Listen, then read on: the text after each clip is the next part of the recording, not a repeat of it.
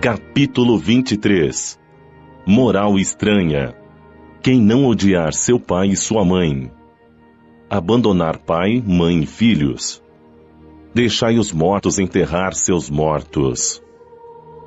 Não vim trazer a paz, mas a divisão. Quem não odiar seu pai e sua mãe.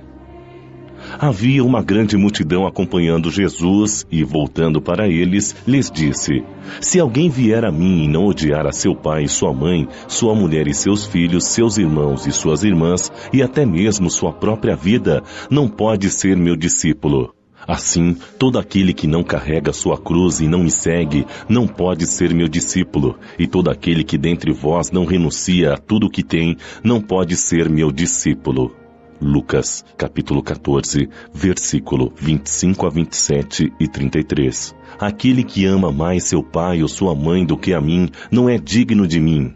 Aquele que ama mais a seu filho ou a sua filha do que a mim, não é digno de mim.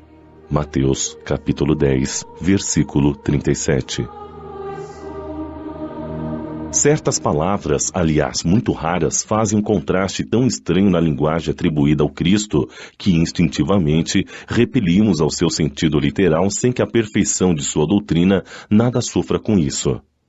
Escrita após sua morte, uma vez que nenhum evangelho foi escrito enquanto vivia, podemos supor que, nesses casos, a ideia principal do seu pensamento não foi bem traduzida ou, o que não é menos provável, que o sentido original tenha sofrido alguma alteração ao passar pela tradução de uma língua para outra. Basta que um erro tenha sido cometido uma só vez para que fosse repetido pelos copistas, como se vê, com frequência, nos fatos históricos. A palavra odiar, nesta frase do evangelista Lucas, se alguém vier a mim e não odiar seu pai e sua mãe, está nesse caso. Ninguém pode ter a ideia de atribuí-la a Jesus. Seria inútil discuti-la e, pior ainda, seria procurar justificá-la. Seria preciso saber inicialmente se ele a pronunciou e, em caso afirmativo, saber se, na língua em que falava, essa palavra tinha o mesmo significado que na nossa. Noutra passagem do evangelista João, aquele que odeia sua vida neste mundo, conserva-a para a vida eterna.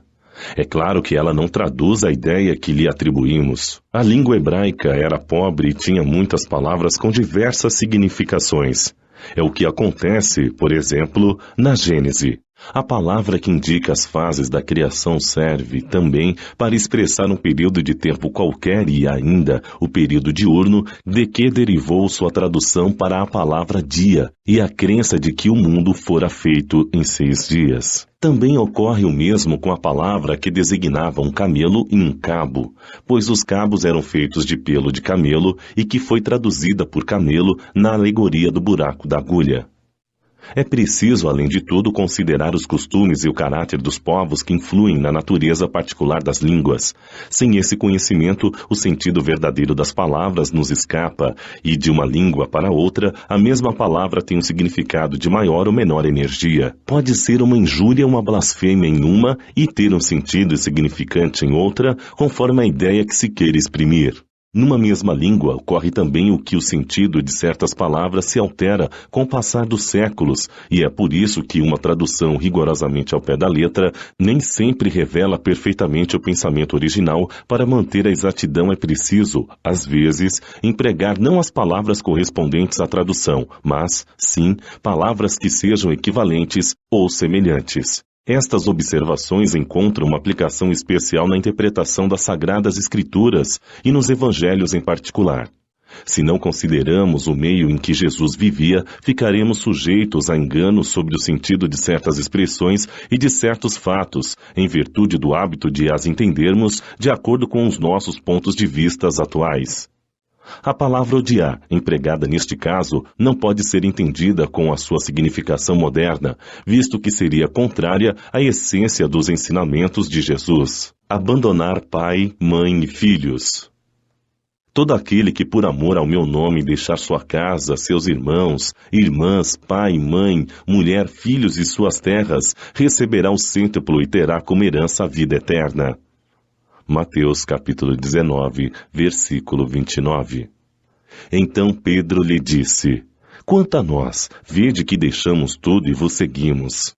Jesus lhes disse: Eu vos digo, em verdade, que não há ninguém que tenha deixado pelo reino de Deus sua casa, pai e mãe, irmãos, mulher e seus filhos, que não receba deste mundo muito mais, e no século futuro a vida eterna. Lucas, capítulo 18, versículo 28 a 30. Um outro lhe disse: Senhor, eu a vós seguirei, mas permite-me ir primeiro dispor do que tenho em minha casa. Jesus lhe respondeu: Todo aquele que, tendo a mão no arado, olhar para trás, não é digno do reino de Deus. Lucas, capítulo 9, versículos 61 e 62. Sem discutir as palavras, é preciso procurar aqui o pensamento, que era evidentemente este. Os interesses da vida futura estão acima de todos os interesses e de todas as considerações humanas, porque está de acordo com a essência da doutrina de Jesus, enquanto a ideia de renúncia à família seria sua negação. Não temos, aliás, sob nossos olhos a aplicação destes ensinamentos no sacrifício dos interesses e das afeições da família pela pátria? Condena-se um filho por deixar seu pai, mãe, irmãos, mulher e seus filhos para marchar em defesa de seu país? Não lhe é dado, ao contrário, um grande mérito por deixar as doçuras do lar, o calor das amizades, para cumprir um dever? Há, pois, deveres que se sobrepõem a outros. A lei não diz da obrigação da filha deixar seus pais e seguir seu esposo?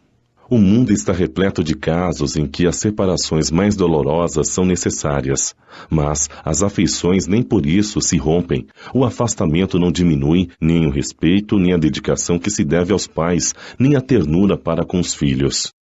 Vê-se, portanto, que, até mesmo tomadas ao pé da letra, salvo a palavra odiar, aquelas expressões não seriam a negação do mandamento que determina honrar pai e mãe, nem do sentimento de ternura fraternal e, com mais forte razão ainda, se analisarmos quanto ao seu espírito.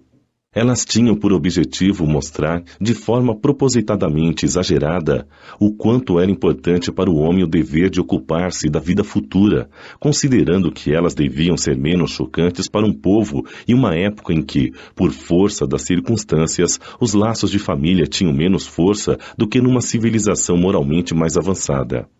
Esses laços, muito fracos nos povos primitivos, se fortificam com o desenvolvimento da sensibilidade e do senso moral. As separações são necessárias ao progresso, tanto nas famílias quanto nas raças, pois elas se degeneram se não há cruzamentos e não se mesclam umas com as outras. É uma lei da natureza que tanto interessa ao progresso moral quanto ao progresso físico. As coisas estão encaradas aqui somente sob o ponto de vista terreno. O Espiritismo faz com que as vejamos de maneira mais elevada, ao nos mostrar que os verdadeiros laços de afeição são do espírito e não os do corpo. Que esses laços não se rompem nem com a separação, nem mesmo com a morte do corpo. Que eles se fortificam na vida espiritual pela purificação do espírito, verdade consoladora que nos dá uma grande força para suportar as contrariedades da vida. Deixai os mortos enterrar seus mortos. Ele disse a um outro: Segue-me. Ele lhe respondeu: Senhor, permite que eu vá primeiro enterrar meu pai. Jesus lhe respondeu: Deixai os mortos enterrar seus mortos, mas quanto a vós, ide anunciar o reino de Deus. Lucas, capítulo 9, versículos 59 e 60. O que podem significar estas palavras? Deixai os mortos enterrar seus mortos? As considerações anteriores já nos mostraram, antes de tudo, que na ocasião em que foram pronunciadas, não podiam ser uma censura àquele que considerava um dever de piedade filial enterrar o corpo de seu pai. Portanto, elas contêm um significado mais profundo que só um conhecimento mais completo da vida espiritual pode fazer compreender. A vida espiritual é, de fato, a verdadeira vida, é a vida do espírito. Sua existência terrena é apenas transitória e passageira, espécie de morte se a compararmos ao esplendor e à atividade da vida espiritual. O corpo é apenas uma vestimenta grosseira que reveste temporariamente o espírito, verdadeira cadeia que o prende à gleba terrena e da qual fica feliz em se libertar.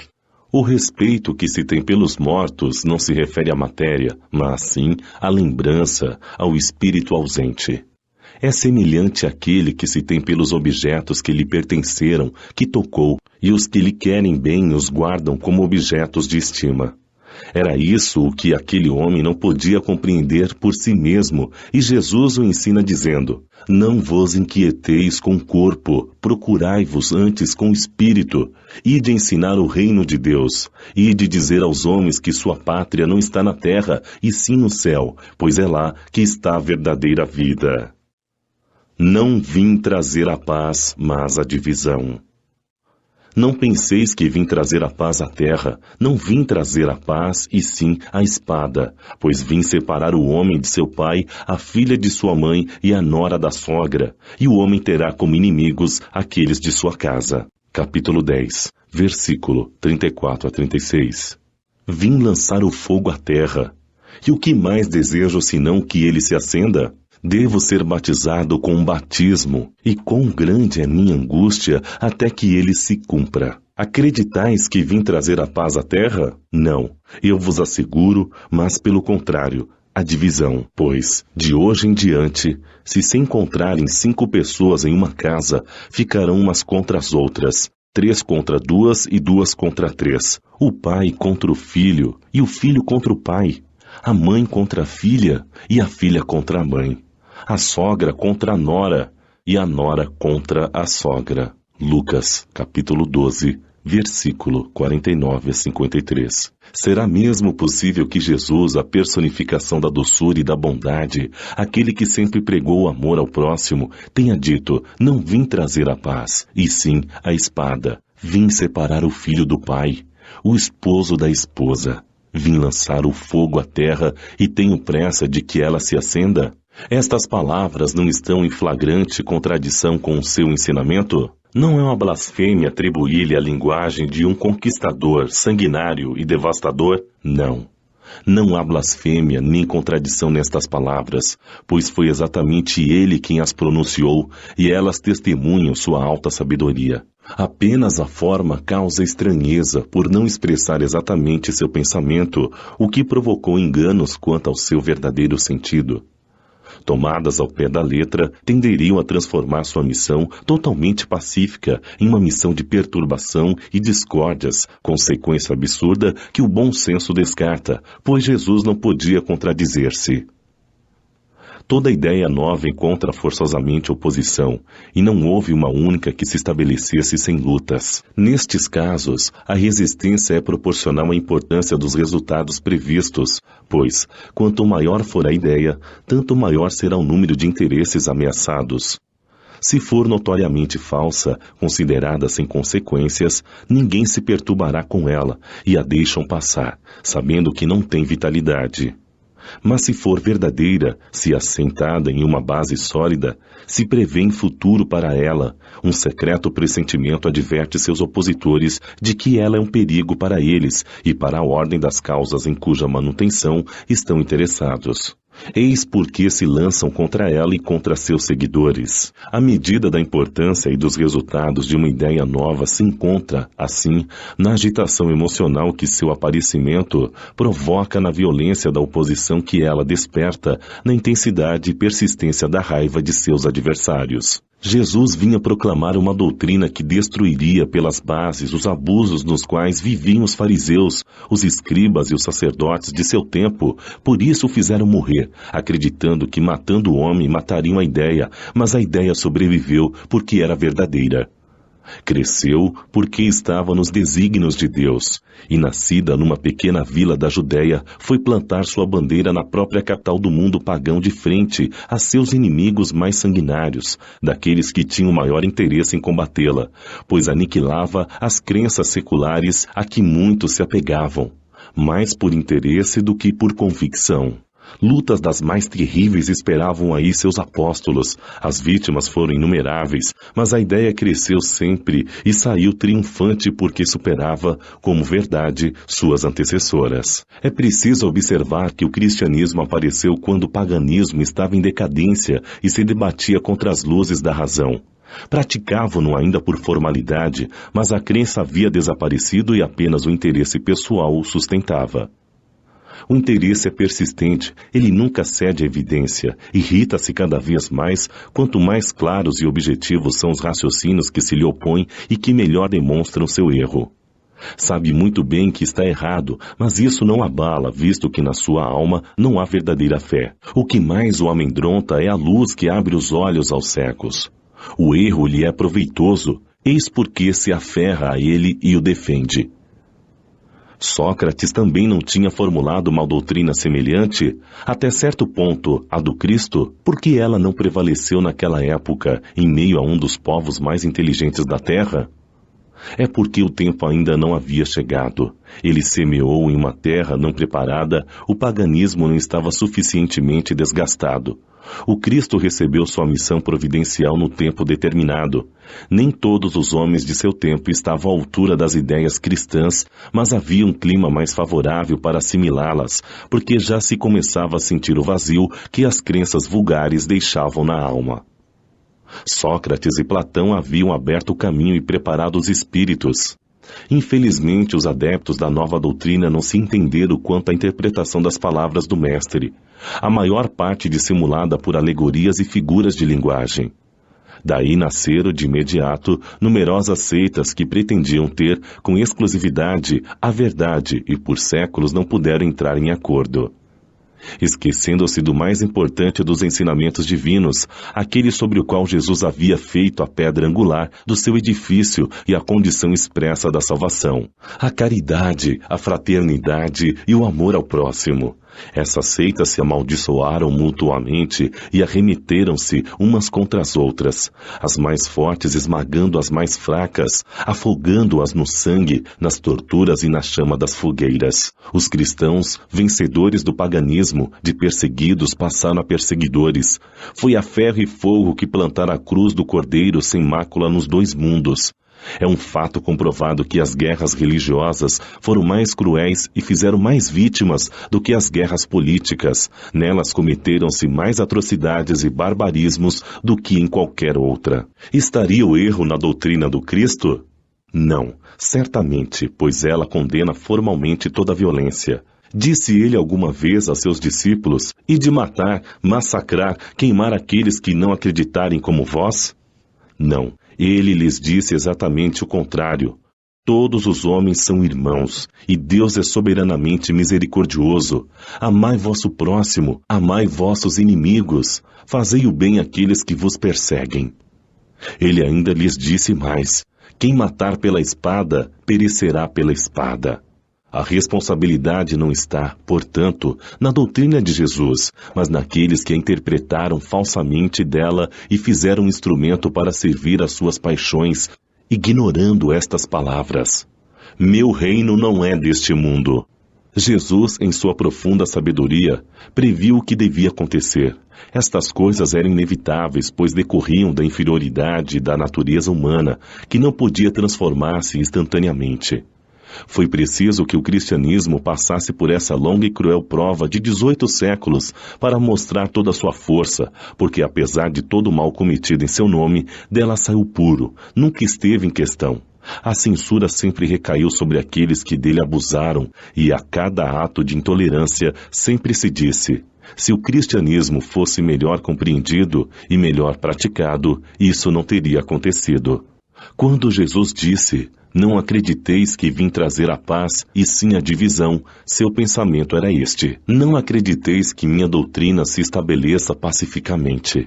Ela trará lutas sangrentas, tendo por pretexto o meu nome, porque os homens não terão me compreendido ou não terão querido me compreender.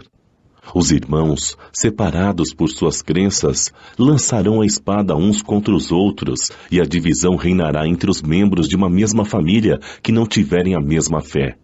Vim lançar o fogo à terra para limpá-la dos erros e dos preconceitos, como se coloca fogo em um campo para destruir as ervas ruins, e tenho pressa de que se acenda para que a purificação seja mais rápida, pois a verdade sairá triunfante desse conflito. A guerra sucederá à paz, ao ódio dos partidos, à fraternidade universal, às trevas do fanatismo, à luz da fé esclarecida. Então, quando o campo estiver preparado, eu vos enviarei o Consolador, o Espírito de verdade, que virá restabelecer todas as coisas, ou seja, fazer conhecer o verdadeiro sentido de minhas palavras, que os homens mais esclarecidos poderão, enfim, compreender, pondo fim às lutas fratricidas que dividem os filhos do mesmo Deus. Cansados, enfim, de um combate sem solução que só acarreta desolação e leva o distúrbio até o seio das famílias, os homens reconhecerão onde estão seus verdadeiros interesses para este mundo e para o outro. Eles verão de que lado estão os amigos e os inimigos de sua tranquilidade. Todos então virão se abrigar sob a mesma bandeira, a da caridade, e as coisas serão restabelecidas na terra de acordo com a verdade e os princípios que vos ensinei. O Espiritismo vem realizar no tempo determinado as promessas do Cristo. Entretanto, não pode fazê-lo sem antes destruir os erros. Como Jesus, ele encontra o orgulho, o egoísmo, a ambição, a cobiça, o fanatismo cego, que cercados em suas últimas trincheiras, tentam barrar-lhe o caminho e erguem obstáculos, entraves e perseguições. Eis porque também ele precisa combater. O tempo das lutas e das perseguições sangrentas acabou. Porém, aquelas que ele terá de enfrentar são todas de ordem moral, e o fim de todas elas se aproxima. As primeiras lutas do cristianismo duraram séculos. Estas que o Espiritismo enfrentará durarão apenas alguns anos, porque a luz, ao invés de partir de um único foco, surge de todos os pontos do globo e abrirá, mais depressa, os olhos aos cegos.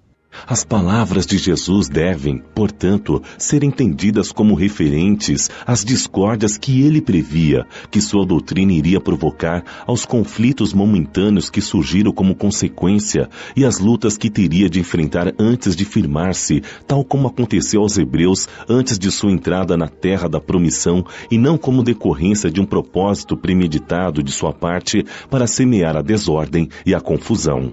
O mal viria dos homens e não dele. Era como um médico que veio curar, mas cujos remédios provocam uma crise salutar, removendo os males do doente.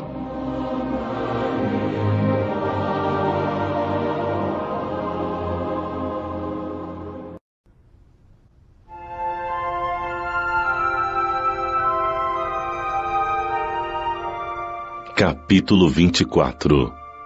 Não coloqueis a candeia debaixo do alqueire. Candeia debaixo do alqueire. Porque Jesus falava por parábolas. Não procureis os gentios. Os sãos não têm necessidade de médico. Coragem da fé. Carregar a cruz. Quem quiser salvar a vida, a perderá. Candeia debaixo do alqueire. Por que Jesus fala por parábolas? Não se acende uma candeia para colocá-la debaixo do alqueire, mas ela deve ser colocada sobre um velador, a fim de que ilumine aqueles que estão na casa. Mateus, capítulo 5, versículo 15. Não há ninguém que, após ter acendido uma candeia, a cubra com um vaso ou a coloque debaixo da cama, mas deve ser colocada sobre o velador, a fim de que aqueles que entrem vejam a luz, pois não há nada de secreto que não deva ser descoberto, nem nada de escondido que não deva ser revelado e aparecer publicamente.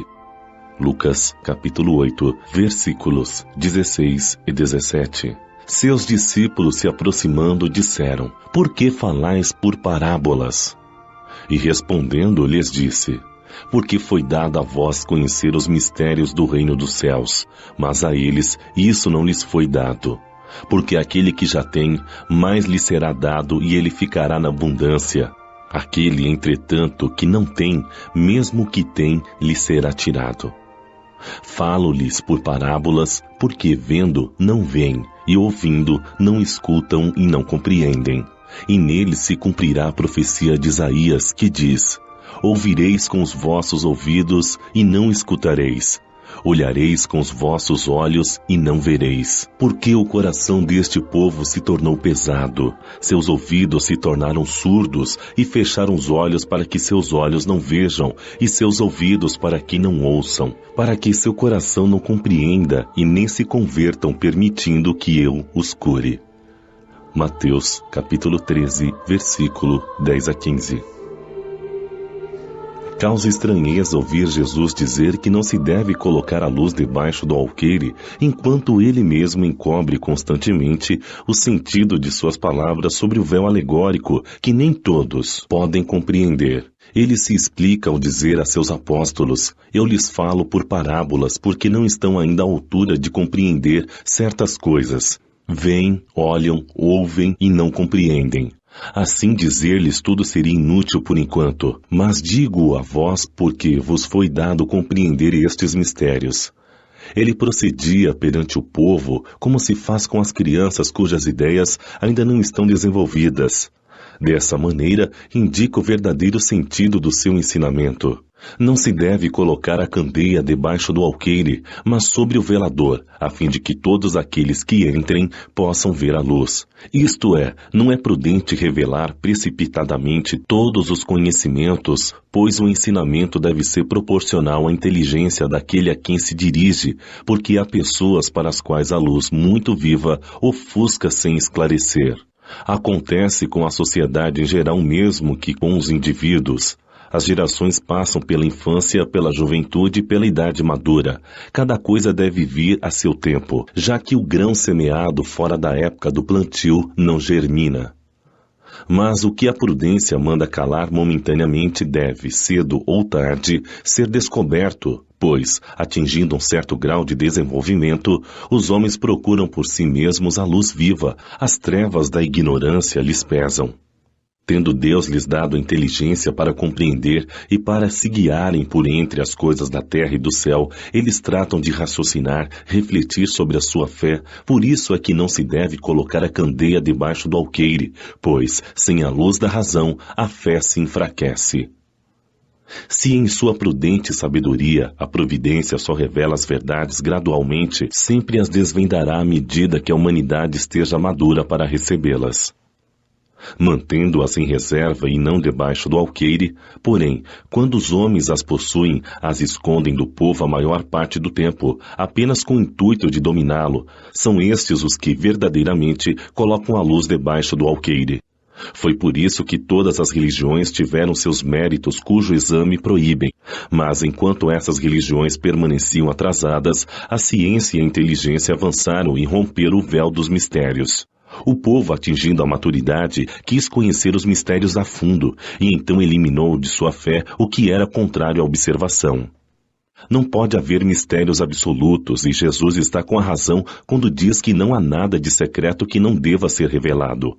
Tudo que está oculto será um dia descoberto, e que o homem ainda não pode compreender na terra, lhe será sucessivamente revelado em mundos mais avançados e quando estiver purificado.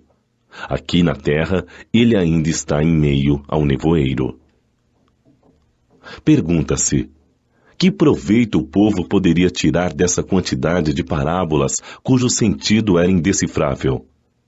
Devemos considerar que apenas nas questões de mais difícil compreensão de sua doutrina, Jesus falou de modo velado, principalmente por parábolas. Mas, a respeito da caridade para com o próximo e a humildade, em tudo o que disse, foi claro e objetivo, não deixando dúvidas, já que elas são condições básicas de salvação. Devia ser assim porque se tratava de uma regra de conduta, regra que todos deviam compreender para poder cumpri-la. Era o essencial para um povo inculto ao qual se limitava ao dizer: eis o que é preciso fazer para ganhar o reino dos céus. Sobre as outras partes, ele desenvolvia seu pensamento apenas junto aos discípulos que estavam mais avançados moral e intelectualmente, e Jesus podia ensinar-lhes conhecimentos mais avançados. Foi assim que disse: aqueles que já têm, será dado ainda mais.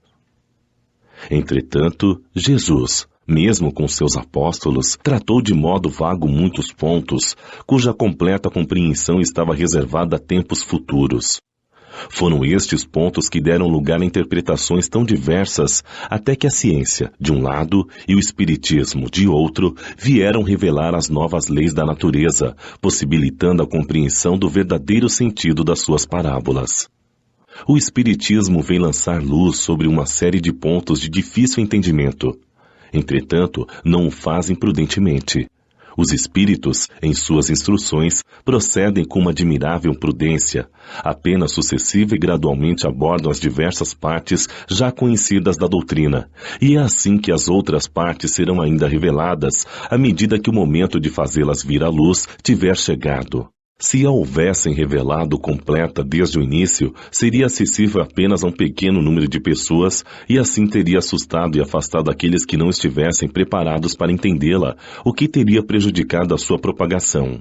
Se os espíritos ainda não dizem tudo abertamente, não é porque haja na doutrina mistérios reservados a privilegiados, nem porque coloquem a candeia debaixo do alqueire, mas porque cada coisa deve vir no tempo oportuno. Eles dão a cada ideia o tempo de amadurecer e de se propagar antes de apresentarem uma outra, e dão aos conhecimentos o tempo de lhes preparar a aceitação. Não procureis os gentios. Jesus enviou seus 12 apóstolos, após lhes ter dado as seguintes instruções: não procureis os gentios, e não entreis nas cidades dos samaritanos, mas ide antes das ovelhas perdidas da casa de Israel, e nos lugares onde fordes, pregai dizendo que o reino dos céus está próximo. Mateus capítulo 10, versículos 5 a 7. Jesus prova em muitas circunstâncias que os ensinamentos não estão voltados somente ao povo judeu, mas abrangem toda a humanidade. Se ele disse aos apóstolos para não irem aos pagãos, não foi por desprezar a conversão deles, o que seria pouco caridoso. É que os judeus já acreditavam no único Deus e esperavam o Messias, estando preparados para a lei de Moisés e pelos profetas para receber essas promessas. Entre os pagãos, como não houvesse base, tudo estava por fazer, e os apóstolos ainda não estavam suficientemente esclarecidos para uma tarefa tão difícil. É por isso que lhes diz: ide as ovelhas desgarradas de Israel, ou seja, ide semear em terreno já desbravado, sabendo que a conversão dos gentios viria a seu tempo. De fato, mais tarde, foi no próprio centro do paganismo que os apóstolos foram plantar a cruz. Estas palavras podem também se aplicar aos seguidores e aos propagadores do espiritismo, para os quais os incrédulos sistemáticos, os zombadores obstinados, os adversários interesseiros são o que eram os gentios para os apóstolos, e seguindo-lhes o exemplo, devem procurar, primeiramente, seguidores entre as pessoas de boa vontade, que desejam a luz e que têm um germe fecundo de fé e cujo número é grande. Não devem perder tempo com os que recusam a ver e a ouvir, e tanto mais resistem por orgulho quanto mais se parece dar valor à sua conversão. Mais vale abrir os olhos a 100 cegos que desejam ver claramente do que a um só que disto resultará um maior número de sustentadores da doutrina. Deixar os outros tranquilos não é indiferença, mas boa política. A vez deles chegará quando, dominados pela opinião geral e ouvindo a mesma coisa sem parar, repetidamente ao redor deles, acreditarão aceitar a ideia voluntariamente por si mesmos e não influenciados por outras pessoas. Além disso, ocorre com as ideias o mesmo que ocorre com as sementes. Elas não podem germinar antes da estação e somente em terreno preparado. Eis porque é melhor esperar o tempo propício e cultivar primeiro as que germinem, evitando perder as outras ao apressá-las muito. No tempo de Jesus, em consequência das ideias restritas e materiais da época, tudo era limitado e localizado. A casa de Israel era um pequeno povo, os gentios eram também pequenos povos vizinhos. Hoje, as ideias se universalizam e se espiritualizam. A nova luz já não é privilégio de nenhuma nação. Para ela não existe mais barreira, o seu foco está em todos os lugares, e todos os homens são irmãos. Mas os gentios também não são mais um pequeno povo, eles são agora uma opinião que encontramos em muitos lugares, sobre a qual a verdade triunfa pouco a pouco, como o cristianismo triunfou sobre o paganismo. Não é mais com as armas de guerra que são combatidos, mas com a força da ideia. Os sãos não têm necessidade de médico. Jesus estando à mesa na casa deste homem, Mateus, vieram muitos publicanos e pessoas de má vida que se colocaram à mesa com Jesus e seus discípulos. E vendo isso, os fariseus disseram a seus discípulos: por que vosso mestre come com os publicanos e pessoas de má vida? Mas Jesus, os tendo escutado, lhes disse: os sãos não têm necessidade de médico, mas sim os enfermos. Mateus capítulo 9, versículo 10 a 12. Jesus dirigia-se principalmente aos pobres e aos deserdados, pois são eles os que têm maior necessidade de consolação, aos cegos dóceis e de boa fé, porque pedem para ver, e não os orgulhosos que acreditam possuir toda a luz e não ter necessidade de nada. Estas palavras causam admiração como tantas outras, mas aplicam-se perfeitamente ao espiritismo. A mediunidade está neste caso. Parece estranho que ela seja concedida a pessoas indignas e capazes de fazer mau uso dela. Costuma-se dizer que um dom tão precioso deveria ser dado somente aos mais merecedores. Digamos, primeiramente, que a mediunidade faz parte da condição orgânica de qualquer pessoa. Qualquer um pode ter, assim como vê, ouve e fala, e qualquer criatura, em virtude de seu livre-arbítrio, pode delas abusar. Se Deus tivesse concedido a palavra apenas àqueles que fossem capazes de dizer coisas boas, haveria na terra mais mudos do que falantes. Deus deu aos homens os dons e os deixou livres para usá-los, embora sempre puna os que deles abusam. Se o dom de comunicar-se com os espíritos fosse dado apenas aos mais dignos, quem ousaria pretendê-lo? Onde estaria o limite da dignidade e da indignidade? A mediunidade é, portanto, dada a todos a fim de que os espíritos possam levar a luz a todas as camadas, a todas as classes da sociedade, tanto ao pobre quanto ao rico, aos sábios para fortalecê-los não bem, aos viciosos para corrigi-los. Não são estes últimos, os doentes, que têm necessidade de médico? Por que Deus, que não quer a morte do pecador, o privaria da ajuda que pode tirá-lo do lamaçal? Os bons espíritos vêm ajudá-lo, e os conselhos que recebe diretamente são de natureza a impressioná-lo mais vivamente do que os recebesse por outros caminhos. Deus, em sua bondade, para lhe poupar o trabalho de ir procurar a luz ao longe, a colocá-la em suas mãos, mas será bem mais culpado se não quiser ver? Poderá ser desculpar por sua ignorância quando ele mesmo tiver escrito, visto com seus olhos, ouvido com seus ouvidos e pronunciado com a própria boca sua condenação? Se não aproveita, é então punido pela perda ou pela perversão do seu dom, do qual os maus espíritos se aproveitam para obsediá-lo e enganá-lo, além das aflições comuns com que a lei de Deus atinge seus servidores indignos e os corações endurecidos pelo orgulho e o egoísmo. A mediunidade não implica necessariamente relações habituais com os espíritos superiores. É simplesmente uma aptidão para servir de instrumento mais ou menos útil aos espíritos em geral. O bom médium não é, portanto, aquele que comunica facilmente, mas aquele que é simpático aos bons espíritos e que só deles recebe assistência.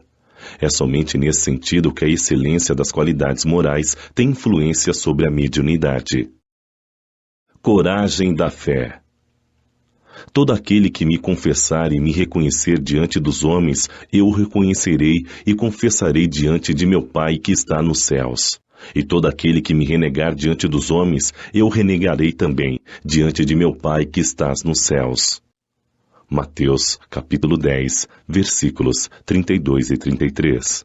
Se alguém se envergonha de mim e de minhas palavras, o Filho do Homem se envergonhará dele também, quando vier em sua glória e na de seu Pai e dos santos anjos. Lucas, capítulo 9, versículo 26. A coragem de manifestar opinião própria sempre foi estimada entre os homens, pois há mérito em enfrentar os perigos, as perseguições, as contradições e até mesmo as simples ironias, aos quais se expõe quase sempre aquele que não teme proclamar abertamente as ideias que não são as de todos. Nisto, como em tudo, o mérito está na razão das circunstâncias e da importância do resultado. Há sempre franqueza em recuar diante das dificuldades de defender sua opinião e de renegá-la, mas há casos em que isto equivale a uma covardia tão grande quanto a de fugir no momento do combate. Jesus destaca essa covardia do ponto de vista especial da sua doutrina, ao dizer que, se alguém se envergonha de suas palavras, ele se envergonhará também dele, que renegará aquele que o tiver renegado, que aquele que o confessar diante dos homens, ele o reconhecerá diante do Pai que estás nos céus. Em outras palavras, aqueles que tiverem medo de se confessar discípulos da verdade, não são dignos de ser admitidos no reino da verdade. Perderão, assim, a vantagem de sua fé, porque é uma fé egoísta, que guardam para si mesmos, mas que escondem com medo que lhes acarrete prejuízo neste mundo, ao passo que, ao colocar a verdade acima de seus interesses materiais, proclamando abertamente, trabalham ao mesmo tempo pelo seu futuro e pelo dos outros. Assim será com os adeptos do Espiritismo, uma vez que sua doutrina é o desenvolvimento e a aplicação do Evangelho. É a eles, portanto, que também se dirigem as palavras do Cristo. Semeiam na terra o que colherão na vida espiritual. Lá recolherão os frutos de sua coragem ou de sua fraqueza. Carregar a cruz. Quem quiser salvar a vida, a perderá. Sereis bem felizes quando os homens vos odiarem, vos separarem, vos tratarem injuriosamente, rejeitarem vosso nome como mal por causa do Filho do Homem. Regozijai-vos nesse dia e alegrai-vos, pois uma grande recompensa vos está reservada no céu, pois foi assim que os pais deles trataram os profetas. Lucas, capítulo 6, versículos 22 e 23. Ao chamar a si o povo e os discípulos, Jesus disse: Se alguém quiser me seguir, que renuncie a si mesmo, que carregue sua cruz e siga-me, pois aquele que quiser salvar a si mesmo se perderá, e aquele que se perder por amor a mim e ao Evangelho se salvará. De fato, de que serviria um homem ganhar tudo e perder a si mesmo? Marcos, capítulo 8, versículo 34 a 36. Lucas, capítulo 9, versículo 23 a 25. Mateus, capítulo 10, versículo 39. João, capítulo 12, versículos 25 e 26. Alegrai-vos, disse Jesus, quando os homens vos odiarem e vos perseguirem por minha causa, porque sereis recompensados no céu. Estas palavras podem ser interpretadas do seguinte modo: Sede felizes quando os homens, pela má vontade manifesta para convosco, vos derem a ocasião de provar a sinceridade de vossa fé, porque o mal que vos fizeram reverterá em vosso proveito. Lamentai-os por sua cegueira, e não os amaldiçoeis. Depois acrescenta: Aquele que quer me seguir, carregue sua cruz, ou seja, que suporte corajosamente as dificuldades que sua fé lhe acarretar. Pois aquele que quiser salvar sua vida e seus bens, renunciando a mim, perderá as vantagens do reino dos céus, enquanto aqueles que tiverem perdido tudo na terra, até mesmo a vida, para o triunfo da verdade, receberão na vida futura o prêmio da coragem, da perseverança e do desprendimento demonstrados. Mas aqueles que sacrificam os bens celestes aos prazeres terrenos, Deus dirá: Já recebestes a vossa recompensa.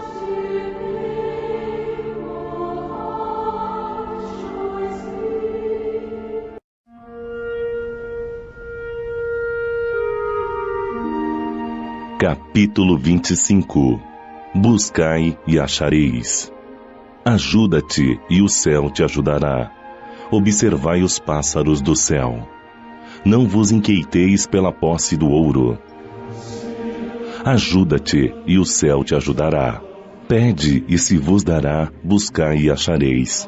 Batei a porta e se vos abrirá, pois todo aquele que pede recebe, e quem procura acha, e se abrirá aquele que bater a porta. Qual é o homem dentre vós que dá uma pedra a seu filho quando lhe pede pão? Ou, em lhe pedindo um peixe, dá uma serpente? Se, pois sendo maus como sois, sabeis dar boas coisas aos vossos filhos, com quanto mais forte razão vosso Pai, que estás nos céus, dará os verdadeiros bens àqueles que lhe pedirem. Mateus, capítulo 7, versículo 7 a 11. Do ponto de vista terreno, o ensinamento, buscai e achareis, é semelhante a este: ajuda-te e o céu te ajudará. É o fundamento da lei do trabalho e, por conseguinte, da lei do progresso, uma vez que o progresso é filho do trabalho e que põe em ação todas as forças da inteligência do homem. Na infância da humanidade, o homem apenas usa da sua inteligência à procura dos alimentos, dos meios de proteger-se das tempestades e defender-se de seus inimigos. Deus, porém, diferenciando-o dos animais irracionais, deu-lhe o desejo incessante de melhorar-se. É esse desejo que o leva a pesquisar meios de melhorar sempre suas condições de vida e o conduz às descobertas, às invenções, ao aperfeiçoamento da ciência, visto que é a ciência que lhe proporciona o que lhe falta. Por essas pesquisas, sua inteligência se desenvolve, sua moral se purifica. As necessidades do corpo sucedem às do espírito. Além do alimento material, é preciso alimentação espiritual, e é assim que o homem passa do estado de selvagem para o de civilizado. Porém, o progresso que cada homem realiza individualmente durante sua vida é muito pequeno, até mesmo imperceptível para um grande número deles. Como é que então a humanidade poderia ter progredido sem a pré-existência e a reexistência da alma? Supondo-se que as almas deixassem a Terra todos os dias para não mais voltar, a humanidade não progrediria, visto que seres primitivos encarnariam incessantemente e teriam de fazer tudo de novo e aprender tudo outra vez. Se isto ocorresse, não haveria razão para que o homem fosse hoje mais avançado do que nas primeiras idades do mundo, uma vez que, a cada nascimento, todo o trabalho intelectual teria que recomeçar. Ao contrário, retornando com o progresso que adquiriu e acrescentando a cada reencarnação alguma experiência a mais, a alma passa gradualmente do estado de selvagem à civilização material e desta à civilização moral. Se Deus tivesse desobrigado o homem do trabalho físico, seus membros ficariam atrofiados, e se não obrigasse ao trabalho da inteligência, seu espírito permaneceria na infância num estado de instinto animal. É por isso que fez do trabalho uma necessidade e disse-lhe: buscai e achareis, trabalhai e produzireis. Deste modo, sereis filho de vossas obras, tereis o mérito da sua realização e sereis recompensados segundo o que fizerdes. É por causa deste princípio que os espíritos não vêm isentar o homem ao trabalho de pesquisas, trazendo-lhe descobertas e invenções já feitas e prontas para serem utilizadas, porque o levaria a usar apenas o que fosse colocado em suas mãos, sem ao menos ter o trabalho de abaixar-se para pegar e nem mesmo o trabalho de pensar. Se assim fosse, o mais preguiçoso dos homens poderia ficar rico, o mais inculto se tornaria sábio, ambos sem nenhum esforço e se atribuiriam o mérito do que não fizeram. Não, os espíritos não vêm desobrigar o homem da lei do trabalho e, sim, mostrar-lhe o objetivo que deve atingir e o caminho que o conduz até lá, ao lhe dizer: andai e chegareis. Encontrarei pedras no caminho, olhai-as e afastai-as. Não vos daremos a força necessária se quiserdes empregá-la. Do ponto de vista moral, estas palavras de Jesus significam: pede a luz que deve iluminar vosso caminho, e elas vos será dada. Pede a força para resistir ao mal, e a tereis. Pede assistências dos bons espíritos, e eles virão vos acompanhar, e como o anjo de Tobias, vos servirão de guias. Pede bons conselhos, e nunca vos serão recusados. Batei a nossa porta, e ela vos será aberta. Mas pede sinceramente, com fé, fervor e confiança. Apresentai-vos com humildade e não com arrogância, sem o que sereis abandonados às vossas próprias forças, e as quedas que sofrereis serão punição de vosso orgulho. É este o sentido destas palavras do Cristo: buscai e achareis. Batei, e se vos abrirá. Observai os pássaros do céu. Não acumuleis tesouros na terra, onde a ferrugem e os vermes os consumirão, onde os ladrões os desenterram e os roubam. Acumulai tesouros no céu, onde nem a ferrugem nem os vermes os consumirão, onde os ladrões não penetram nem roubam, pois, onde está vosso tesouro, também está o vosso coração. É por isso que vos digo, não vos inquieteis por encontrar o que comer para o sustento de vossa vida, nem por terdes roupas para cobrir vosso corpo. A vida não é mais do que o alimento, e o corpo mais do que a roupa? Observai os pássaros do céu, eles não semeiam e não colhem, e não guardam nada nos celeiros. Mas vosso Pai Celeste os alimenta. Vós não sois muito mais do que... E quem é aquele dentre vós que pode, com todos os seus cuidados, acrescentar a sua estatura à altura de um côvado? Por que também vos inquietais pela roupa?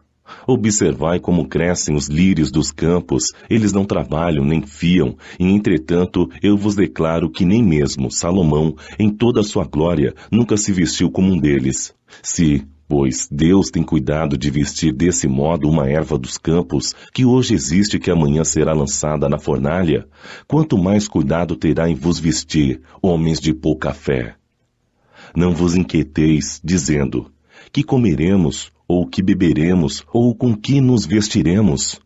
Como fazem os pagãos que procuram todas essas coisas? Vosso Pai sabe que tendes necessidades delas. Buscai, pois, primeiramente o reino de Deus e sua justiça, e todas essas coisas vos serão dadas de acréscimo. Por isso, não fiqueis inquietos pelo dia de amanhã, pois o amanhã cuidará de si mesmo. A cada dia basta a sua aflição. Mateus, capítulo 6, versículo 19 a 21, 25 a 34. As palavras do ensinamento de Jesus, interpretadas ao pé da letra, seriam a negação de toda a previdência, de todo o trabalho e, por conseguinte, de todo o progresso. Dessa forma, o homem seria reduzido a um espectador passivo. Suas forças físicas e intelectuais não teriam atividade. Se essa tivesse sido sua condição normal na Terra, jamais teria saído do estado primitivo e, se fizesse dessa condição sua lei atual, viveria sem ter nada a fazer. Esse não pode ter sido o pensamento de Jesus, pois estaria em contradição com o que disse, em outras vezes, e com as próprias leis da natureza. Deus criou o homem sem roupas e sem abrigo, mas deu-lhe a inteligência para fabricá-los. Estas palavras devem ser entendidas apenas como uma alegoria poética da providência que jamais abandona os que nela depositam sua confiança, mas que, por seu lado, trabalham. Se nem sempre vem em ajuda com socorro material, inspira-lhes ideias com as quais encontram os meios de se livrar das dificuldades por si mesmos. Deus conhece nossas necessidades e as atende segundo o necessário. O homem, sempre insatisfeito em seus desejos, nem sempre se contenta com o que tem. O necessário já não lhe basta, tem necessidade do supérfluo. A providência deixa-o entregue à própria sorte. Torna-se então infeliz por sua própria culpa e por ter ignorado a voz interior que o advertia em sua consciência. Deus o deixa sofrer as consequências disso, a fim de que lhe sirvam de lição para o futuro. A terra produzirá o suficiente para alimentar a todos os seus habitantes, quando os homens souberem administrar os bens que ela dá, segundo as leis de justiça, de caridade e de amor ao próximo. Quando a fraternidade reinar entre os diversos povos, como entre as províncias de um mesmo império, o supérfluo momentâneo de um suprirá a insuficiência momentânea do outro, e todos terão o necessário. O rico, então, se considerará como um homem que tem uma grande quantidade de sementes. Se as plantar, produzirão ao cêntuplo para ele e para os outros. Se as comer sozinho, ou se desperdiçar o excedente do que não conseguiu comer, elas não produzirão nada, e delas não tirará proveito para os outros. Se as guardar em seu celeiro, os vermes as comerão. Foi por isso que Jesus disse, não acumuleis tesouros na terra, pois são perecíveis, mas acumulai-os no céu, onde são eternos. Em outras palavras, não vos apegueis demasiadamente aos bens materiais e nem lhes deis mais importância do que aos bens espirituais, e aprendei a sacrificar os primeiros em benefício dos segundos. Não é com leis que se decretam a caridade e a fraternidade. Se elas não estiverem no coração do homem, o egoísmo imperará sempre. Cabe ao Espiritismo fazê-las penetrar nele. Não vos inquieteis pela posse do ouro. Não vos inquieteis pela posse do ouro ou da prata ou de outra moeda em vosso bolso. Não prepareis nem um saco para caminho, nem duas roupas, nem sapatos, nem bastões, pois aquele que trabalha merece ser alimentado. Em qualquer cidade ou em qualquer vila que entrardes, informai-vos de quem é digno de vos hospedar e permanecei na sua casa até que vos retireis. Ao entrar na casa, saudai-a dizendo, que a paz esteja nesta casa. Se essa casa for digna disso, vossa paz virá sobre ela, e se não for digna, vossa paz voltará para vós. Quando alguém não quiser vos receber, nem escutar vossas palavras, sacudi a poeira de vossos pés ao sair dessa casa. Eu vos digo em verdade que, no dia do julgamento, Sodoma e Gomorra serão tratadas menos rigorosamente do que essa cidade. Mateus, capítulo 10, versículo 9 a 15. Estas palavras, que Jesus dirigiu a seus apóstolos quando os enviou pela primeira vez para anunciar a Boa Nova, nada tinham de estranho naquela época. Elas estavam de acordo com os costumes patriarcais do Oriente, onde o viajante era sempre recebido na tenda. Mas, então, os viajantes eram raros entre os povos modernos. O crescimento das viagens criou novos costumes. Encontram-se viajores dos tempos antigos apenas em regiões afastadas, onde o grande tráfego ainda não penetrou. Se Jesus voltasse hoje, não diria mais a seus apóstolos: colocai-vos a caminho sem provisões. Além do seu sentido próprio, estas palavras têm um conteúdo moral muito profundo. Jesus ensinava seus discípulos a confiar na providência. Além disso, eles, nada tendo, não poderiam provocar a cobiça naqueles que os recebessem. Era um meio de distinguir os caridosos dos egoístas, e é por isso que lhes diz: informai-vos quem é digno de vos hospedar. Isto é, quem é bastante humano para abrigar o viajante que não tem com o que pagar, é digno de ouvir vossas palavras, e é pela caridade que os reconhecereis. Quanto àqueles que não os quisessem receber e escutar, acaso recomendou que os amaldiçoassem, que se impusessem a eles, que usassem de violência e de força para os converter? Não, simplesmente recomendou irem a outros lugares, procurar pessoas de boa vontade. O mesmo diz hoje o Espiritismo a seus adeptos: não violenteis nenhuma consciência. Não forceis ninguém a deixar sua crença para adotar a vossa. Não amaldiçoeis os que não pensam como vós. Acolhei os que vêm até vós e deixai em paz os que repelem. Lembrai-vos das palavras do Cristo. Antigamente o céu era tomado com violência, mas hoje é pela brandura.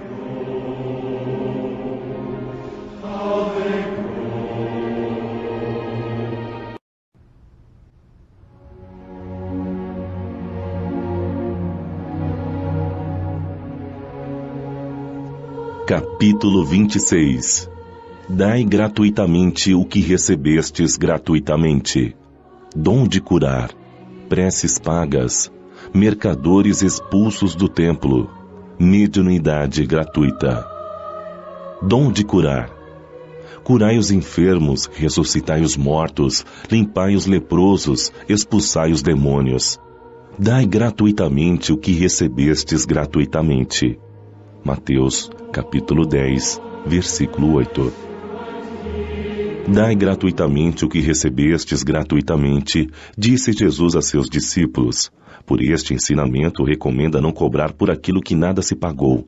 Portanto, o que tinham recebido gratuitamente era o dom de curar as doenças e de expulsar os demônios, ou seja, os maus espíritos. Esse dom lhes havia sido dado gratuitamente por Deus para o alívio dos que sofrem, para ajudar a propagação da fé, e lhes disse para não fazerem dele um meio de comércio, nem de especulação, e nem um meio de vida. Preces pagas. Disse em seguida a seus discípulos, na presença de todo o povo que o escutava: guardai-vos dos escribas que se exibem passeando em longas túnicas, que adoram ser saudados em lugares públicos, de ocupar as primeiras cadeiras nas sinagogas e os primeiros lugares nas festas, que, sob o pretexto de longas preces, devoram as casas das viúvas. Essas pessoas receberão uma condenação mais rigorosa. Lucas, capítulo 20, versículo 45 a 47. Marcos, capítulo 12, versículo 38 a 40. Mateus, capítulo 23, versículo 14. Jesus ensinou também: não façais que vos paguem pelas vossas preces, como fazem os escribas que, sob o pretexto de longas preces, devoram as casas das viúvas, ou seja, apossam-se de suas fortunas. A prece é um ato de caridade, um impulso do coração. Exigir pagamento por orar a Deus por outrem é transformar-se em intermediário assalariado. A prece, desse modo, seria uma fórmula cuja duração seria proporcional à soma que se pagou. Portanto, de duas uma. Ou Deus mede ou não mede as suas graças pela quantidade de palavras. Se é preciso muitas, por que dizer poucas ou quase nenhuma? Por aquele que não pode pagar? É falta de caridade. Se uma só basta, as demais são inúteis. Por que, então, cobrá-las?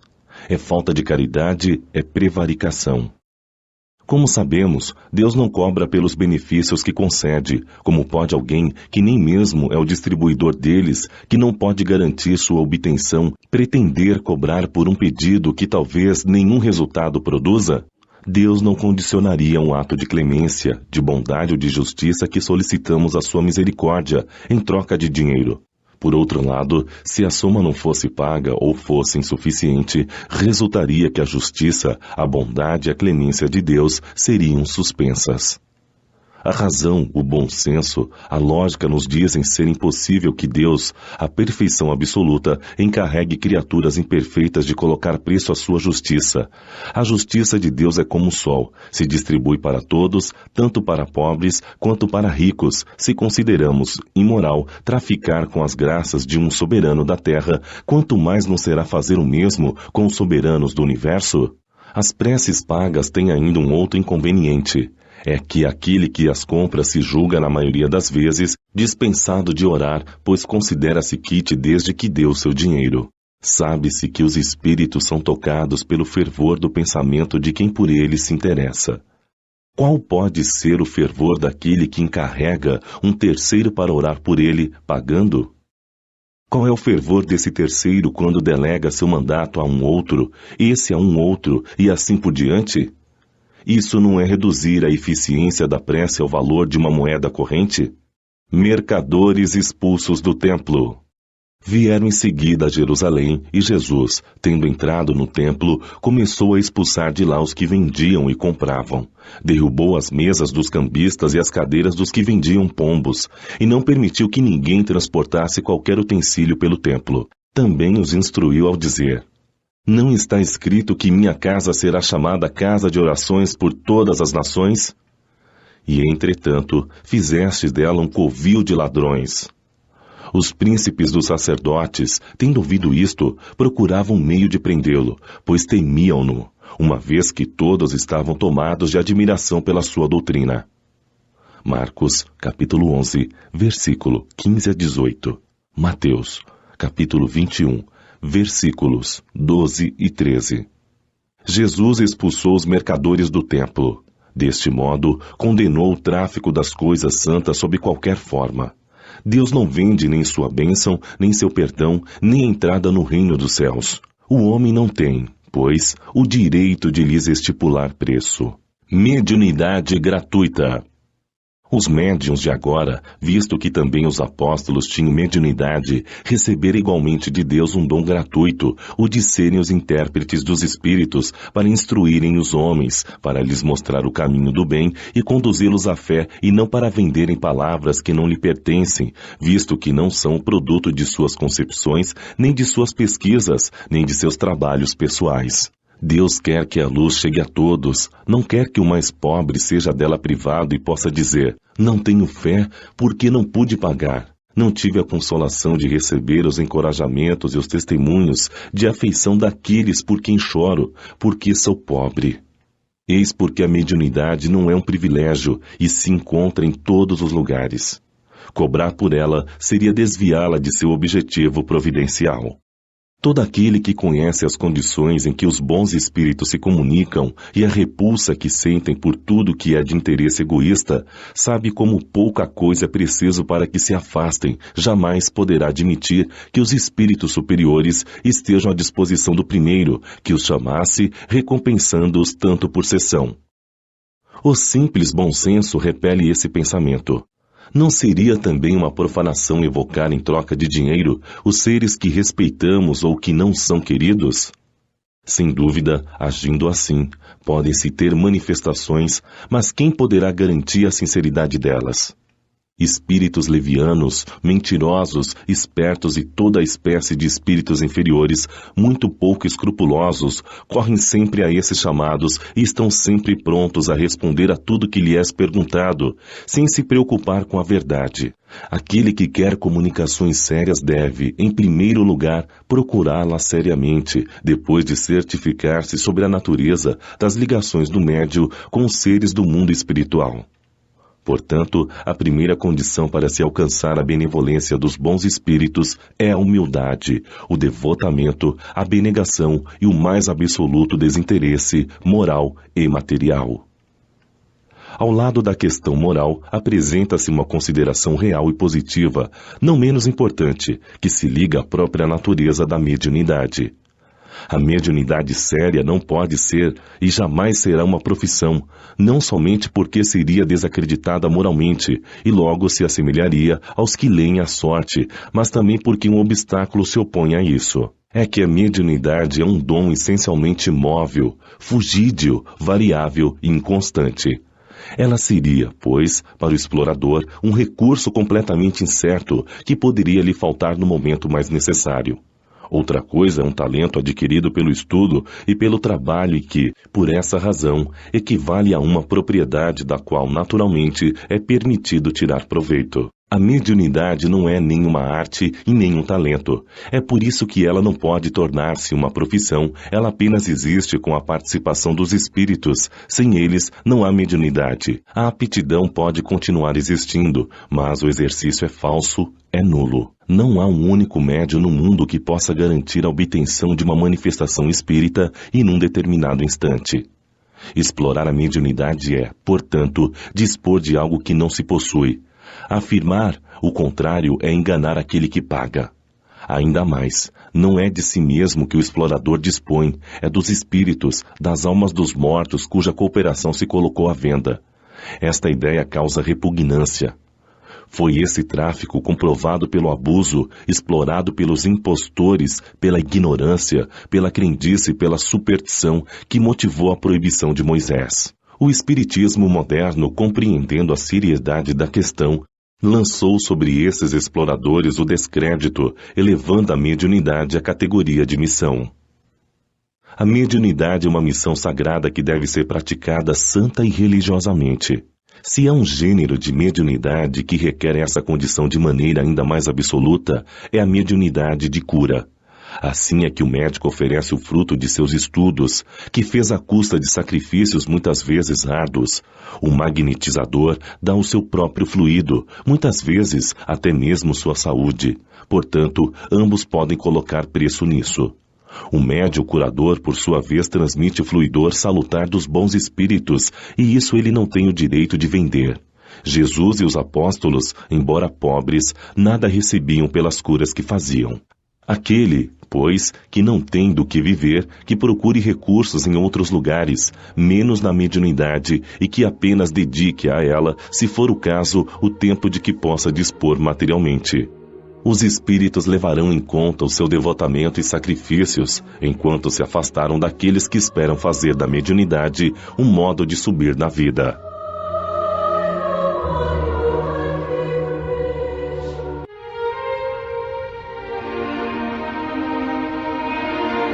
Capítulo 27. Pede e obtereis.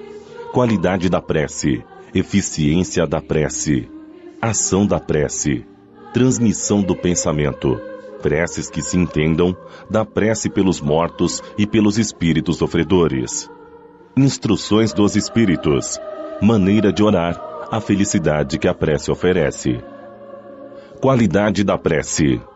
Quando orardes, não vos assemelheis aos hipócritas que fingem orar, ao ficarem em pé nas sinagogas e nas esquinas das ruas para serem vistos pelos homens. Eu vos digo em verdade, eles já receberam sua recompensa. Mas quando quiserdes orar, entrai para o vosso quarto e com a porta fechada, orai a vosso Pai em segredo. E vosso Pai, que vê o que se passa em segredo, vos dará a recompensa. Não faleis muito em vossas preces, como fazem os pagãos, que pensam que ela é pela quantidade de palavras que são atendidos.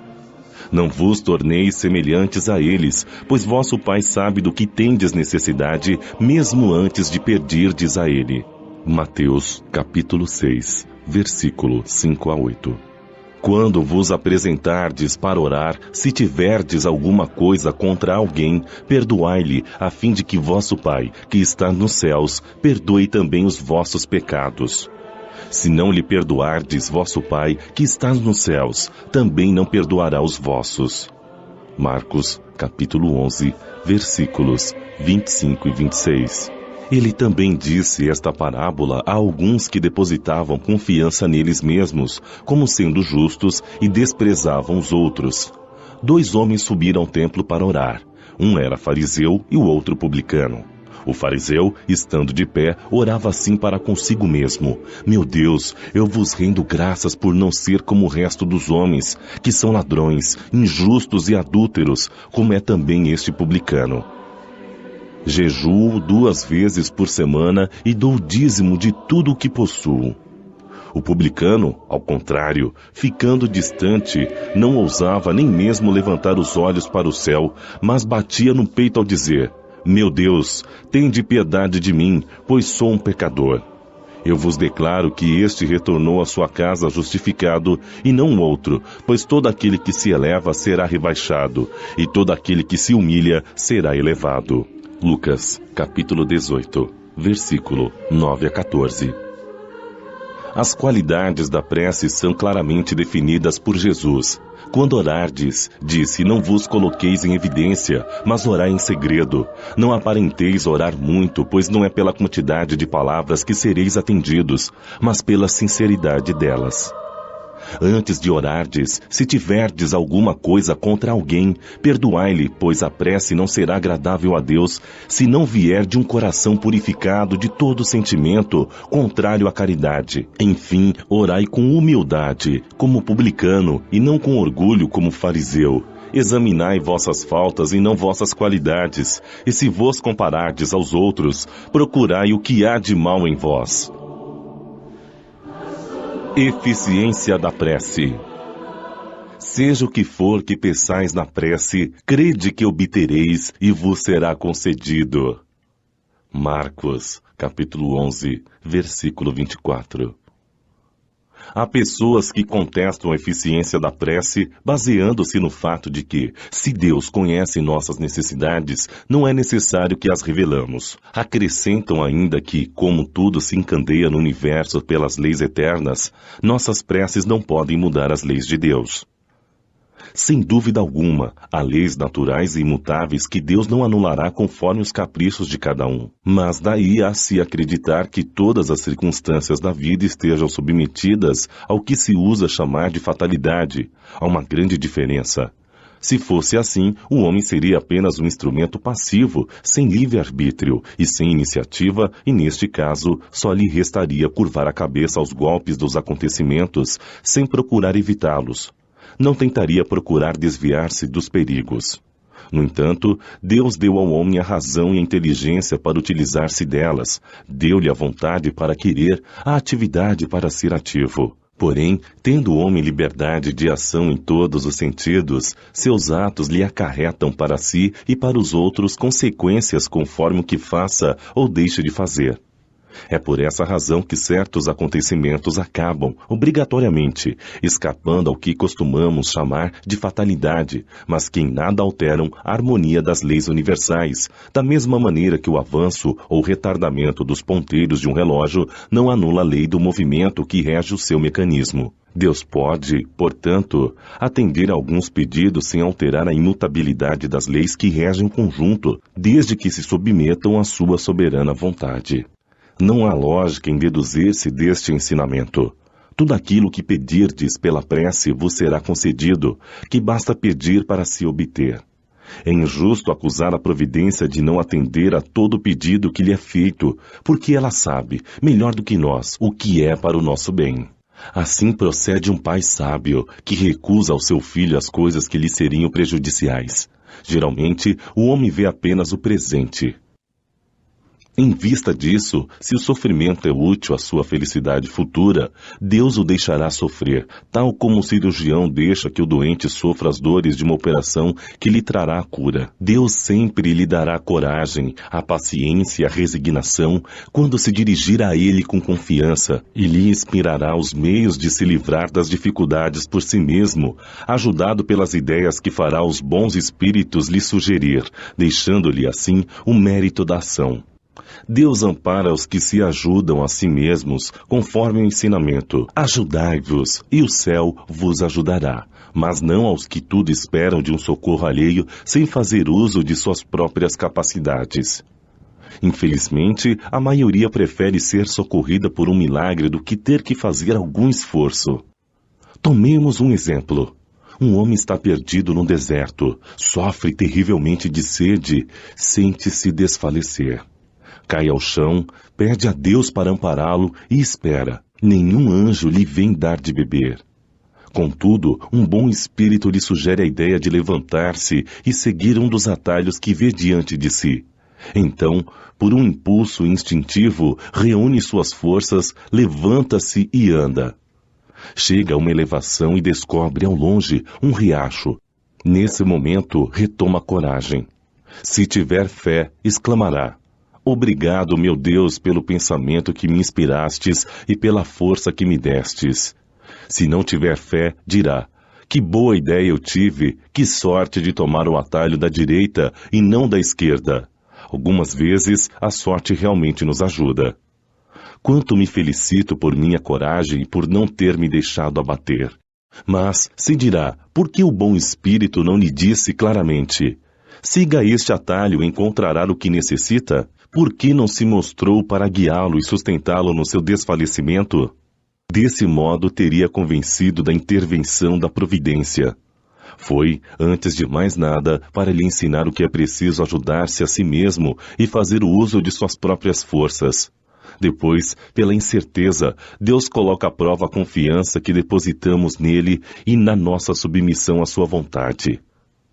Aquele homem estava na situação da criança que cai e que, ao perceber alguém, grita e espera que a levantem. Se não vê ninguém, faz um esforço e se levanta sozinha.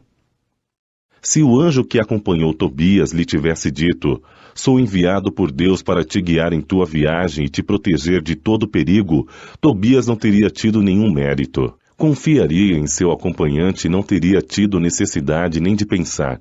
Foi por isso que o anjo apenas se deu a conhecer na volta. Ação da prece. Transmissão do pensamento. A prece é uma invocação. Ao fazê-la, o homem entra em comunicação pelo pensamento com o ser ao qual se dirige, pode ser para pedir, para agradecer ou para glorificar. Podemos orar por nós mesmos, por outras pessoas, pelos vivos ou pelos mortos. As preces dirigidas a Deus são ouvidas pelos espíritos encarregados da execução das vontades dele, e as que são dirigidas aos bons espíritos são igualmente levadas a Deus. Quando oramos para outros seres que não a Deus, é somente na qualidade de intermediários que eles as recebem, pois nada pode se realizar sem a vontade de Deus. O Espiritismo nos faz compreender a ação da prece ao explicar o modo de transmissão do pensamento, seja quando o ser chamado atenda ao nosso apelo, seja quando o nosso pensamento chegue até. Para compreendermos como isso acontece, é preciso imaginar todos os seres encarnados e desencarnados mergulhados no fluido universal que ocupa todo o espaço, tal qual nos achamos envolvidos pela atmosfera aqui na Terra. Esse fluido recebe um impulso da nossa vontade e ele é o veículo do pensamento, como o ar é o veículo do som, com uma diferença. As vibrações do ar são limitadas, ao passo que as do fluido universal se estendem ao infinito. Portanto, quando o pensamento é dirigido a um ser qualquer na Terra ou no espaço, de encarnado para desencarnado ou de desencarnado para encarnado, uma corrente de fluido se estabelece entre um e outro, transmitindo o pensamento entre eles como o ar transmite o som. A intensidade dessa corrente de fluido será forte ou fraca de acordo com a força do pensamento e da vontade de quem ora. É desse modo que a prece é ouvida pelos espíritos em qualquer lugar em que se encontrem. É desta maneira também que os espíritos se comunicam entre si, nos transmitem suas inspirações e que as relações se estabelecem à distância entre os encarnados. Esta explicação visa, em especial, esclarecer aos que não compreendem a utilidade da prece puramente espiritual, isto é, vinda da alma. Tem por finalidade separar a prece das coisas materiais e tornar compreensível seu efeito, mostrando que pode ter uma ação direta e efetiva, mas sempre subordinada à vontade de Deus, juiz supremo de todas as coisas, a quem cabe tornar eficaz sua ação. Pela prece, o homem atrai para si o auxílio dos bons espíritos que o vêm sustentar nas suas boas resoluções e lhe inspirar bons pensamentos. Ele adquire assim a força moral necessária para vencer as dificuldades e voltar ao bom caminho, se dele se afastou. Dessa forma pode desviar de si os males que atrairia devido às suas próprias faltas. Um homem, por exemplo, vê sua saúde arruinada pelos excessos que cometeu e arrasta, até o fim de seus dias, uma vida de sofrimentos. Terá ele o direito de lamentar-se por não obter a cura? Não, já que poderia ter encontrado na prece a força para resistir às tentações. Se dividirmos os males da vida em duas partes, teremos uma que o homem não pode evitar, outra em que ele mesmo é o principal causador devido aos seus desleixos e excessos. Constataremos que onde o homem é o agente, supera em muito a outra. Fica, portanto, bem evidente que o homem é o responsável pela maior parte das suas aflições, as quais se pouparia caso agisse com sabedoria e prudência. É certo também que essas misérias são resultado das nossas infrações às leis de Deus, que, se fossem respeitadas rigorosamente, nos fariam felizes. Se não ultrapassássemos o limite do necessário na satisfação de nossas necessidades, não teríamos as doenças que são consequências dos excessos e nem as alternativas que elas ocasionam. Se colocássemos limite à nossa ambição, não temeríamos a ruína. Se não quiséssemos subir mais alto do que podemos, não temeríamos cair. Se fôssemos humildes, não sofreríamos as decepções do orgulho ferido. Se praticássemos a lei da caridade, não seríamos nem maledicentes, nem invejosos, nem ciumentos e evitaríamos as desavenças e as discussões. Se não fizéssemos mal a ninguém, não temeríamos as vinganças. Admitamos que o homem nada possa fazer em relação àqueles de que não pode evitar males, e que toda prece seja inútil para se livrar deles. Já não seria o bastante estar livre de todos os males que decorrem de sua própria conduta?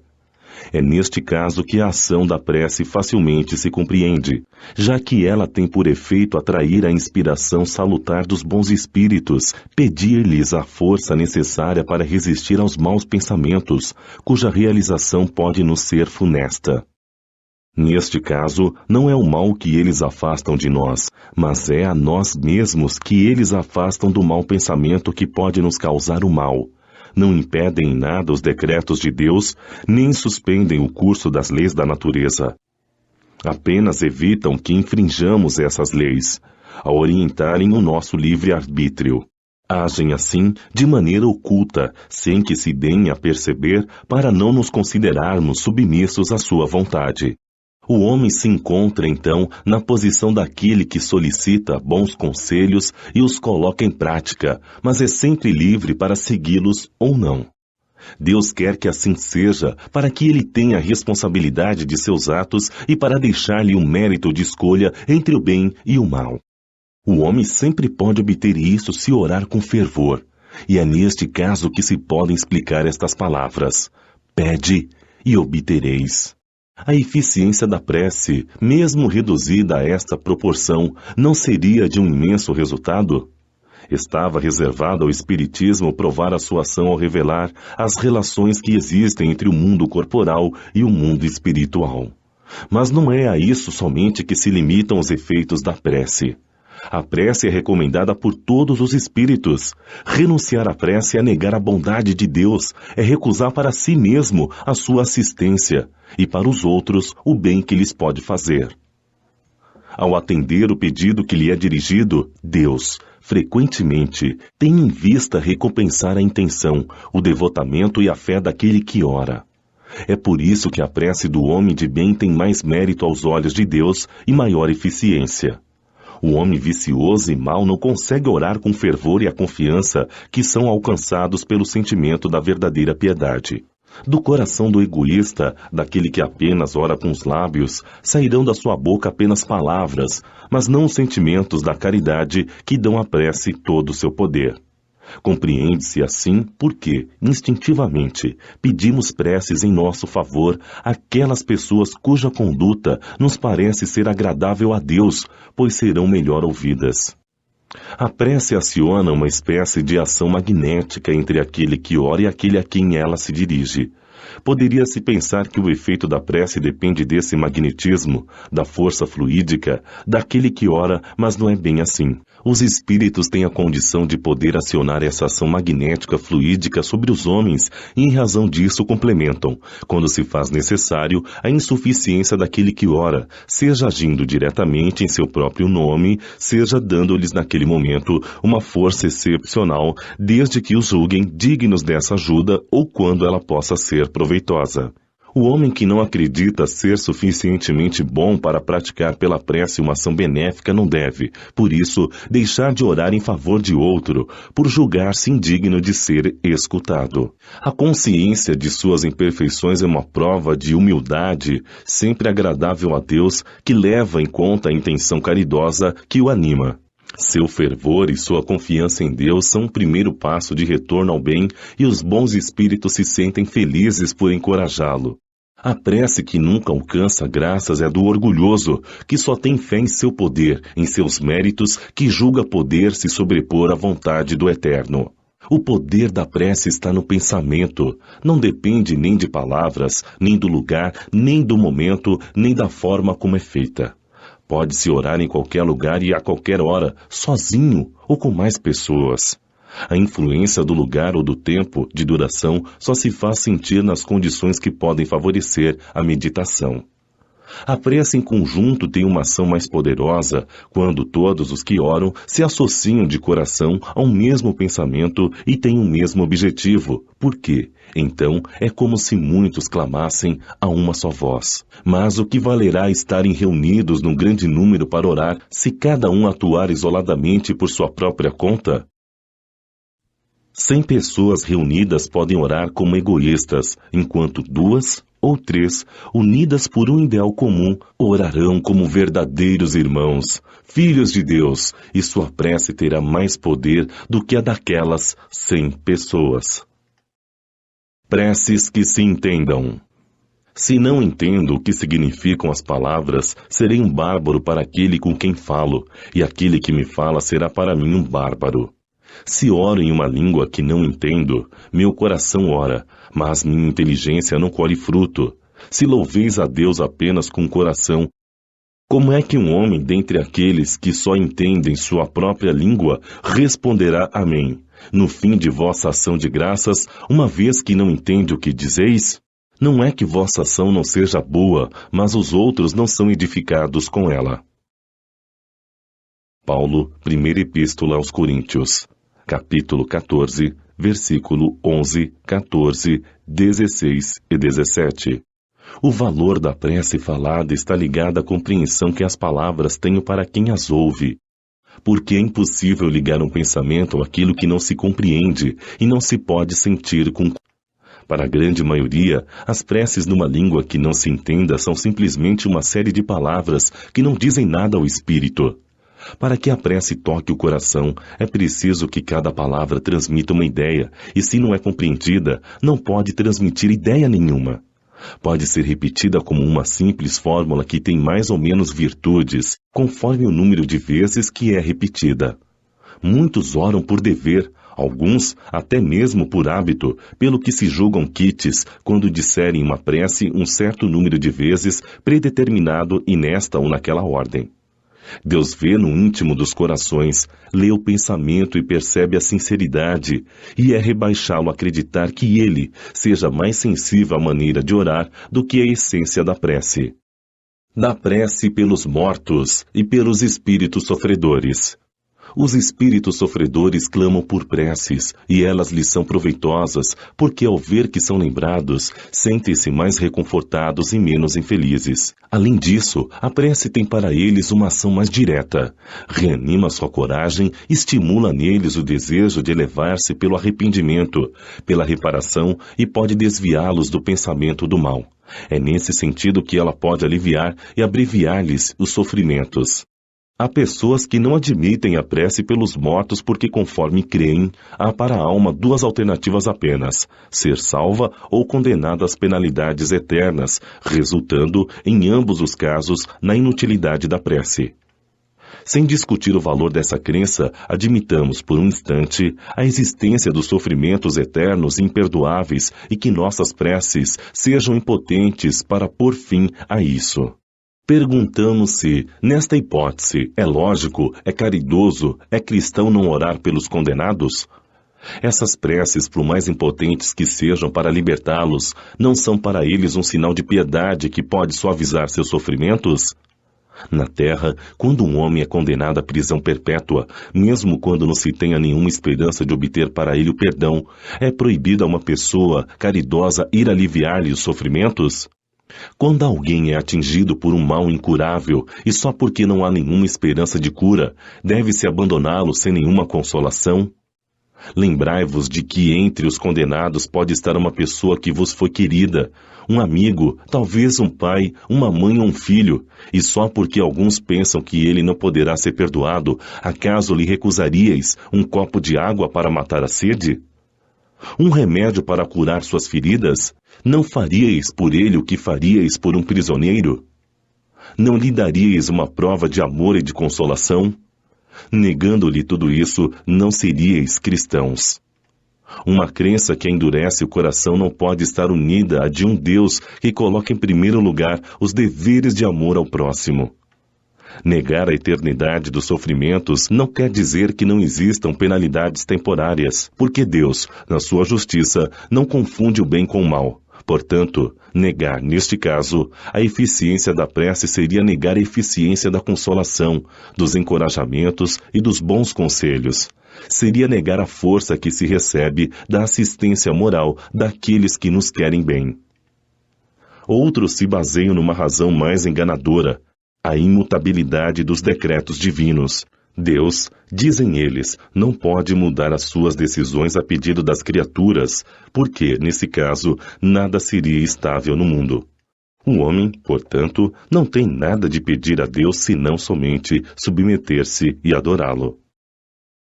Há nesta ideia uma falsa compreensão da imutabilidade da lei divina, ou melhor, a ignorância da lei no que diz respeito à penalidade futura. Essa lei hoje nos está sendo revelada pelos Espíritos do Senhor, agora que um homem está maduro para compreender o que, na fé, está na conformidade ou contrário aos propósitos divinos. Segundo o dogma da eternidade absoluta dos sofrimentos, não se levam em conta a favor do culpado nem seus remorsos, nem seu arrependimento. Todo desejo que tenha de melhorar-se será inútil, está condenado a permanecer no mal para sempre. Se é condenado por um tempo determinado, o sofrimento acabará quando o tempo se tiver cumprido. Mas quem garantirá que ele terá mudado para melhor seus sentimentos? Quem poderá afirmar que é exemplo de muitos condenados na terra, ao ser liberto da prisão, não será ele tão mau quanto era antes? No caso daquele que se arrependeu, seria manter na dor do castigo um homem que retornou ao bem, e no outro, daquele que continuou mal, seria premiar um culpado. A lei de Deus é mais previdente e sábia, sempre justa, igual para todos e misericordiosa, não fixa nenhuma duração ao sofrimento, qualquer que ele seja, e pode se resumir assim: o homem sempre sofre a consequência de suas faltas e não há única infração à lei de Deus que não tenha sua punição. A severidade do castigo é proporcional à gravidade da falta. A duração do castigo para qualquer falta é indeterminada, fica subordinada ao arrependimento do culpado e ao seu retorno ao bem. A punição dura tanto quanto a sua permanência no mal.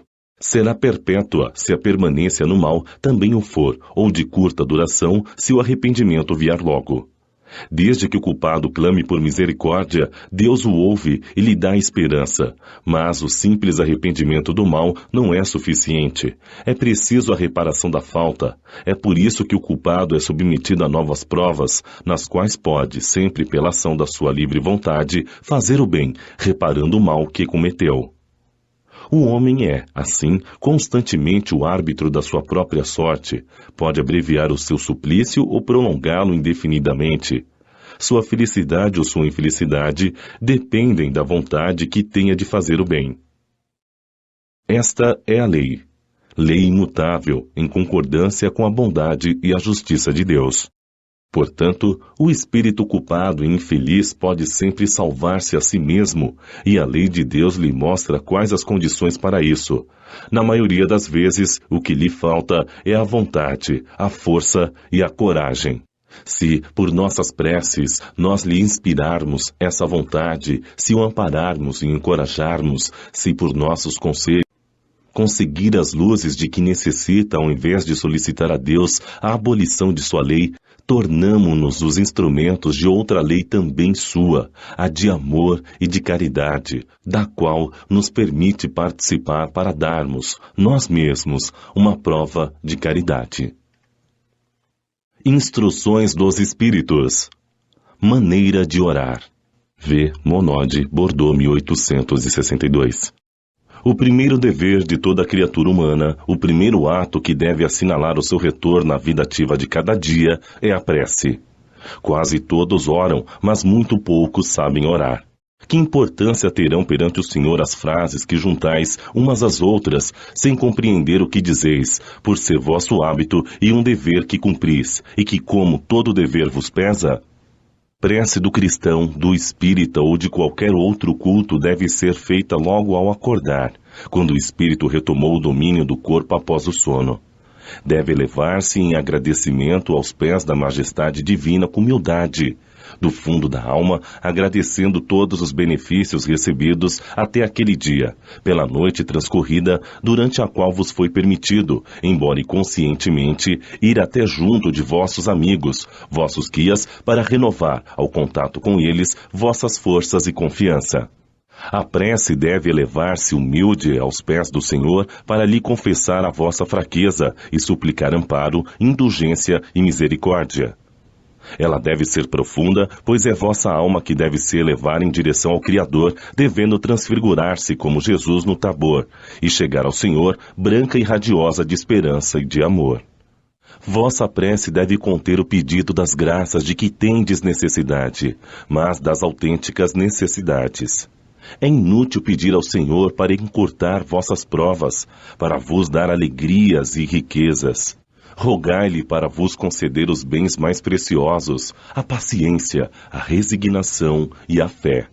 Não deveis dizer, como acontece com muitos entre vós, não vale a pena orar, uma vez que Deus não me atende.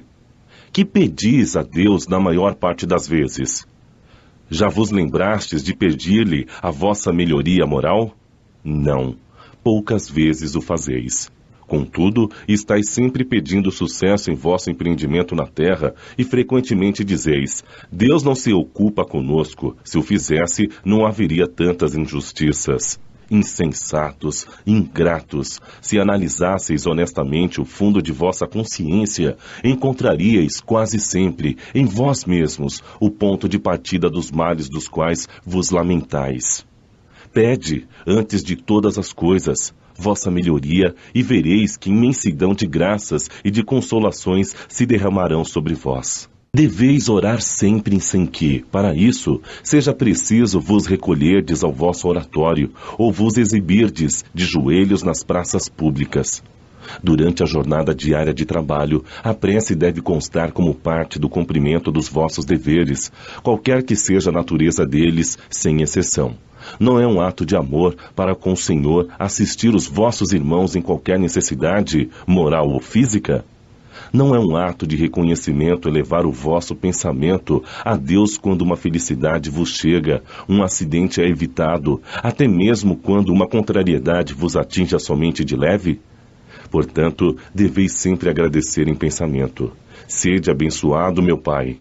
Não é um ato de arrependimento humilhar-vos diante do Juiz Supremo quando sentirdes que falhastes, ainda que por um breve pensamento, e dizer-lhe: perdoai-me, meu Deus, pois pequei, por orgulho, ou por egoísmo, ou por falta de caridade. Dai-me a força para não mais falhar e a coragem de reparar o meu erro. Deveis proceder desta maneira independentemente das preces regulares da manhã, da noite e dos dias consagrados. Como vedes, a prece pode ser feita a todos os instantes, sem trazer nenhuma interrupção aos vossos trabalhos, e se assim fizerdes, elas os santificará.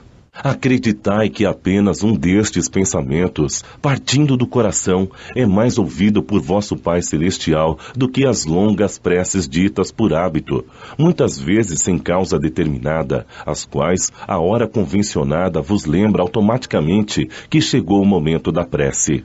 A felicidade que a prece oferece. Santo Agostinho, Paris, 1861. Vinde, vós que desejais crer. Os espíritos celestes vêm vos socorrer e anunciar grandes coisas. Deus, meus filhos, abre seus tesouros para vos dar todos os seus benefícios. Homens de pouca fé, se soubesseis o quanto a fé faz bem ao coração e leva a alma ao arrependimento e à prece.